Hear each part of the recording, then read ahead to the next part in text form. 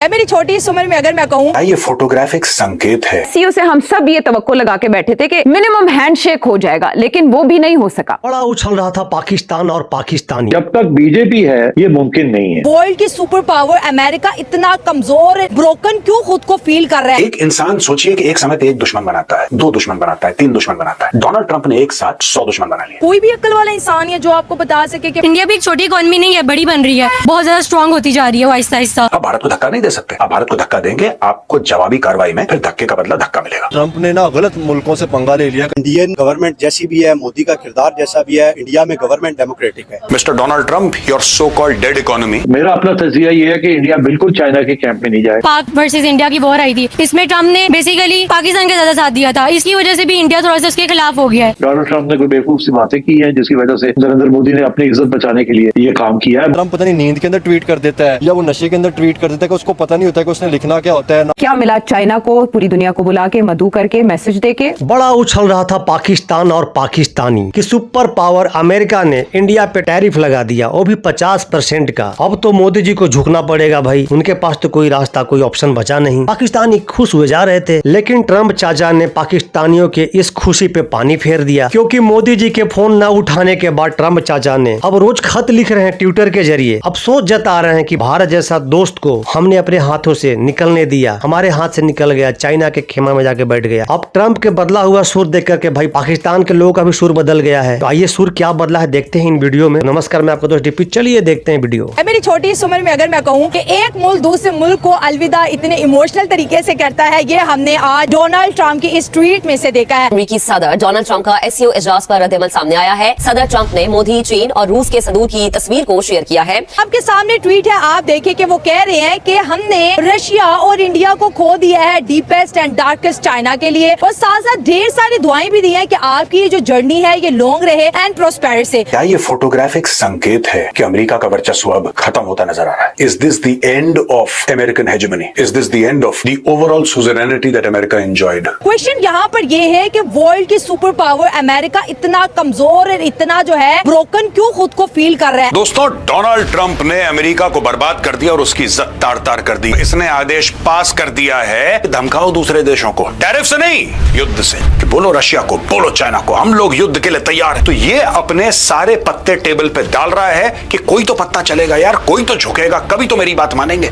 कोई भी अक्ल वाला इंसान है जो आपको बता सके कि भाई अगला मुल्क है वो एक बड़ा डेमोक्रेटिक मुल्क है, रशिया एक आपको पता है अपने आप में एक बड़ी पावर है, चाइना एशिया की बढ़ती हुई पावर है। तो आप एक दफा इनकी पॉलिसीज को तो स्टडी करो। ट्रम्प सुबह उठता है कुछ भी बोल देता और ये सोचे समझे कि नेक्स्ट इसका इम्पैक्ट क्या आएगा, क्योंकि हमें लगता है कि अभी एससीओ हुआ, पाकिस्तान के पीएम भी गए, रशिया से भी आए, नॉर्थ कोरिया के भी गए। अच्छा, तो यही लोग गए थे, मोदी जी तो गए ही नहीं थे। तो ये जो नए ब्लॉक अब दुनिया में बन रहे हैं, मुझे लगता है ये ट्रम्प की नींदें उड़ा चुके हैं। न्यू ब्लॉक तो बन गए और ये फॉरवर्ड ब्लॉक है कम्प्लीटली। चाइना और रशिया और इंडिया का एक भी आगे जाएगा, आप इसे रोक नहीं सकते। आप अगर उनकी पॉलिसी से इत्तेफाक नहीं कर रहे, definitely you have something missed in the past, तो आपको कुछ डेफिनेटली अपनी पॉलिसी बेटर करनी पड़ेंगी। लेकिन इंडिया को कॉर्नर किसने किया? खुद ट्रंप ने किया। आज दोनों के बीच इतनी ज्यादा दूरियां आ गई हैं कि इंडिया ने एक नए ब्लॉक को ज्वाइन करके अमेरिका को क्या हमेशा के लिए बाय बाय बोल दिया है। ट्रंप ने ना गलत मुल्कों से पंगा ले लिया कि शायद उसे लगता था कि मैं अगर इंडिया को छेड़ूंगा या रशिया को छेड़ूंगा या चाइना को छेड़ूंगा, इसको ये बिल्कुल आइडिया नहीं था कि ये बिल्कुल तीनों इकट्ठे हो जाएंगे। क्योंकि ट्रंप को लगता था कि चाइना इंडिया की बनती नहीं, ये तो इकट्ठे हो नहीं सकते। अगर रशिया की या इंडिया की बनी तो खैर वो तो पहले भी हाँ क्या कर लेगा। लेकिन अब आके जैसे ही उसको ये तीनों मुल्क इकट्ठे नजर, आपने देखा सबसे आप मेन चीज देखिए कि जब एससीओ की समिट हुई है, हमें जिस तरह से उनके तीनों के प्रेसिडेंट या प्राइम मिनिस्टर इकट्ठे नजर आए और जिस तरह उनकी गपशप होती नजर आई है, ठीक है, मीटिंग होती नजर आई है, मीटअप होता नजर आया, तो क्या आपको लगता है कि ट्रंप की बिल्कुल ट्वीट सही है? अंदर से वो बिल्कुल परेशान है, ऊपर से वो दुनिया को दिखाने के लिए कह रहे हैं कि जी ठीक है कोई नहीं, आप लोग लॉन्ग टर्म, लेकिन अंदर से ट्रंप बिल्कुल उसको इस टाइम धचका लग रहा है कि नहीं भाई, ये जो भी है ना ये मेरी गलती हुई है और इसका मुझे आगे जाके आज नहीं तो कल 10 साल बाद भुगतना पड़ेगा। मेरा अपना तजिया ये है कि इंडिया बिल्कुल चाइना के कैंप में नहीं जाए। इंडिया अपने रशिया के साथ तल्लुकात रखेगा, मगर इंडिया और चाइना के जो प्रॉब्लम्स हैं बड़े गहरे हैं और सबसे बड़ा उसके अंदर इश्यू पाकिस्तान है। इसलिए मैं नहीं समझता कि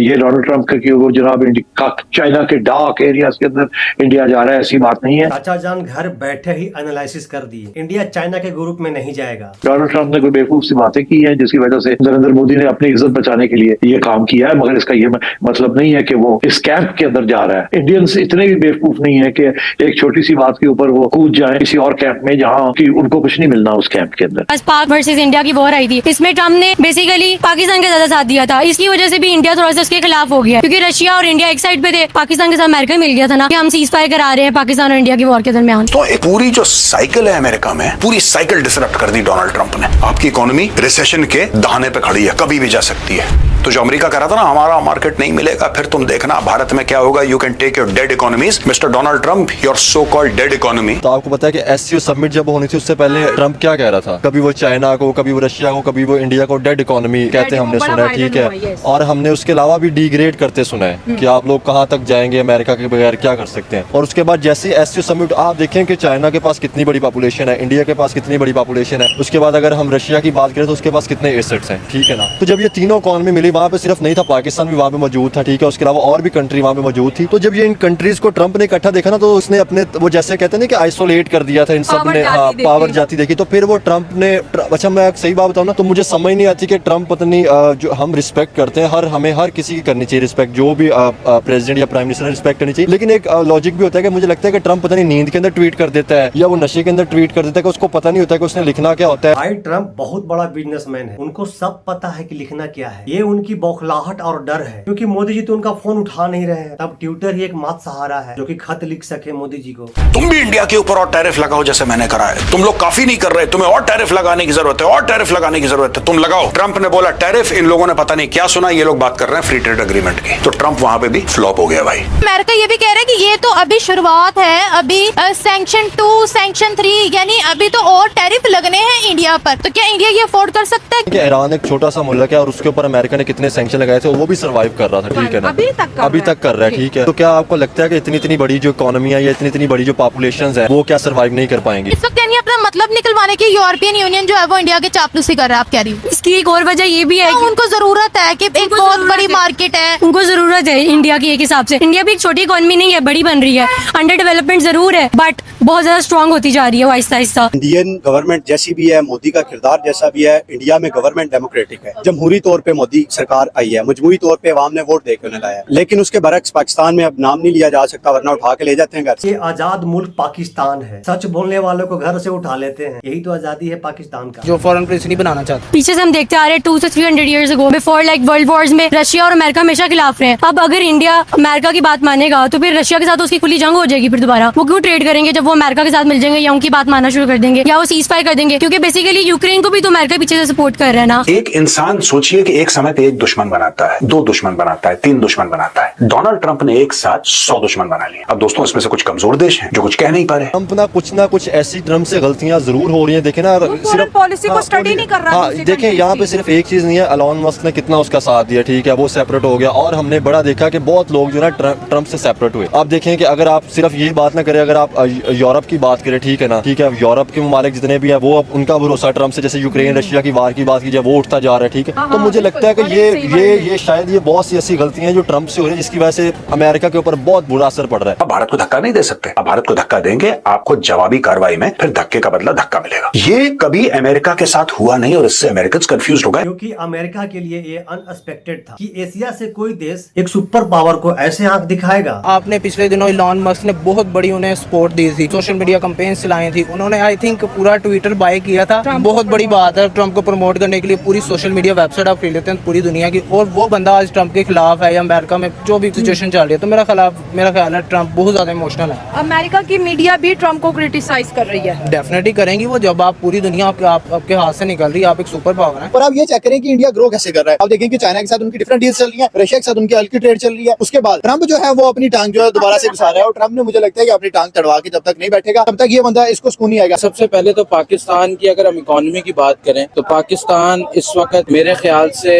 दुनिया की 6ठी बहुत बड़ी इकोनॉमी है। क्या बोले भाई? पाकिस्तान और 6ठी इकोनॉमी? भाई डाटा तो देख लिया करो, कुछ भी बोल देते हो। पाकिस्तान दुनिया का 25वां बड़ा इकोनॉमी है और 45वां बड़ा जीडीपी है, डाटा देखा करो भाई। लेकिन अगर हम जहाँ तक बात करें इंडस्ट्रियलिस्ट की, या हम बात करें कि जी यहाँ पर इंडस्ट्रीज क्यों नहीं लग रही, यहाँ पर मेड इन पाकिस्तान का टैग जो है वो इतना कम क्यों है, उसकी बहुत बड़ी वजह यह है कि पार्लियामेंट के अंदर जब अशराफिया आकर बैठेगी, जब फॉर्म 47 की गवर्नमेंट आकर बैठेगी और वो आकर अपने लोगों को नवाजेगी समझेगी और अपने लोगों को इम्पोर्ट पॉलिसीज के अंदर कमी करके देगी, अपने लोगों को इम्पोर्ट के अंदर टैक्सेस रिफॉर्म्स करेगी, टैक्सेस छोड़ेगी, तो कौन मेड इन पाकिस्तान अफोर्ड करेगा? क्या मिला चाइना को पूरी दुनिया को बुला के मधु करके मैसेज देके? मोदी जी क्यों गए इंडिया और रशिया के पर्सपेक्टिव से इसमें क्या था? पाकिस्तान और बाकी ममालिक बाद में, लेकिन मेरा सवाल आपसे ये है कि क्या इस SCO समिट के और उसके बाद परेड से जो टारगेट्स मतलूब थे वो पूरे हो गए, हासिल हो गए? उन्होंने देखा कि भैया जरा देखे तो सही पाकिस्तान के पास क्या है। तो जब उन्होंने पाकिस्तान की तरफ देखा तो उन्हें 2-3 चीजें नजर आई। उन्हें क्या नजर आया? उन्हें एक तो ये नजर आया कि एक तकड़े लोग ने हाँ में हाँ मिला के करते हैं, हमने इनको कहा सीजफायर करेगा, डन, जल्दी फैसले और हमें नोबेल प्राइज के लिए नॉमिनेट कर दिया। वाह क्या बात हुई। दो पार्टीज एक साथ मिल जाती है, फिर वो किसी और पार्टी को क्यों सपोर्ट करेंगे? पहले वाले ताल्लुकात क्यों खराब करेगा इंडिया अपने रशिया के साथ? तो वो इसलिए अमेरिका, अगर वो अमेरिका की बात मान के सीज फायर कर भी देता यूक्रेन और रशिया के दरमियान, लेकिन रशिया तो फिर यही समझेगा ना कि उसने अमेरिका का साथ दिया है, हमारे साथ नहीं दिया, इसलिए इंडिया रशिया के साथ ही देगा। रशिया और चाइना दोनों चाहते हैं कि अमेरिका से भारत दूर हो जाए, लेकिन चाइना ये चाहता है कि भारत और पाकिस्तान भी अपने इख्तलाफात का खात्मा करें। और SCO से हम सब ये तवक्को लगा के बैठे थे कि मिनिमम हैंडशेक हो जाएगा, लेकिन वो भी नहीं हो सका। फिर उसके बाद वो परेड में शिरकत किए बगैर यहां से निकल लिए। जापान का प्रेशर था उनके ऊपर सिफारती, या इन्हें पुराने जख्म इन्हें याद आ रहे थे जिसमें चाइना ने पाकिस्तान का साथ दिया था मई के महीने में? चाइना की और रशिया की तो यही कोशिश होगी इंडिया और पाकिस्तान के तल्लुकात जो है वो हस्ब मामूल पे आए, नॉर्मलाइजेशन हो, लड़ाई झगड़े बंद हो। मगर मैं ये समझता हूँ ये इंडिया के लिए बड़ा मुश्किल है। उसकी वजह ये है कि सारा हिंदुत्व का जो एजेंडा है, बीजेपी का जो एजेंडा है पहले दिन से, वो इट इज एंटी मुस्लिम, और अगर वो एंटी मुस्लिम है तो वो प्रो पाकिस्तान नहीं हो सकता। तो जब तक बीजेपी है ये मुमकिन नहीं है। हाँ, अगर कोई बीजेपी चेंज हो जाए तो फिर ये पॉसिबल हो सकता है। क्या दोगली पॉलिसी की बात कर रहे हैं आप लोग? बीजेपी तो 2014 में आई है, क्या उससे पहले आप लोग आतंकी नहीं भेजते थे? अटैक नहीं होता था हम लोगों पे? इससे ज्यादा आतंकी आप लोग भेजते थे, ज्यादा अटैक होता था। अभी तक तो वो इसी जिद पे लगे हुए हैं कि पहलगाम का जो ऑपरेशन सिंदूर है ये तो अभी पॉज पे है, इसको आपने खत्म नहीं किया। तो ये तो सबसे पहला कदम तो ये होगा कि ये पॉज को खत्म किया जाए। अब वो कैसे खत्म होगा बड़ा मुश्किल है, मुझे तो नहीं लगता। इसके लिए तो नरेंद्र मोदी को पीछे हटना पड़ेगा। मुश्किल तो है, अमेरिका जैसा सुपर पावर देश भारत को झुका नहीं सका और पाकिस्तान से मोदी जी पीछे हट जाएंगे। आप जो बोल रहे हैं ना, आपका आंखों में दिख रहा है, ये मोदी जी का और ऑपरेशन सिंदूर का खौफ साफ साफ दिख रहा है। चाहे आप बाहर से कुछ भी दिखाने की कोशिश कर लीजिए, आप लोग कितना भी अपने आपको तसल्ली दे लीजिए कि हमने 6 जहाज गिराया है, लेकिन हकीकत आप लोगों को बहुत अच्छी तरह से पता है। दोस्तों पूरी वीडियो पे आपकी क्या ओपिनियन है, क्या राय है, कमेंट के जरिए जरूर बताइएगा। दोस्तों अगर आपको मेरा वीडियो, मेरा काम पसंद आ रहा हो तो प्लीज सब्सक्राइब जरूर कीजिएगा। तो मिलते हैं फिर से एक न्यू रिएक्शन वीडियो में, तब तक के लिए नमस्कार, राम राम, जय हिंद।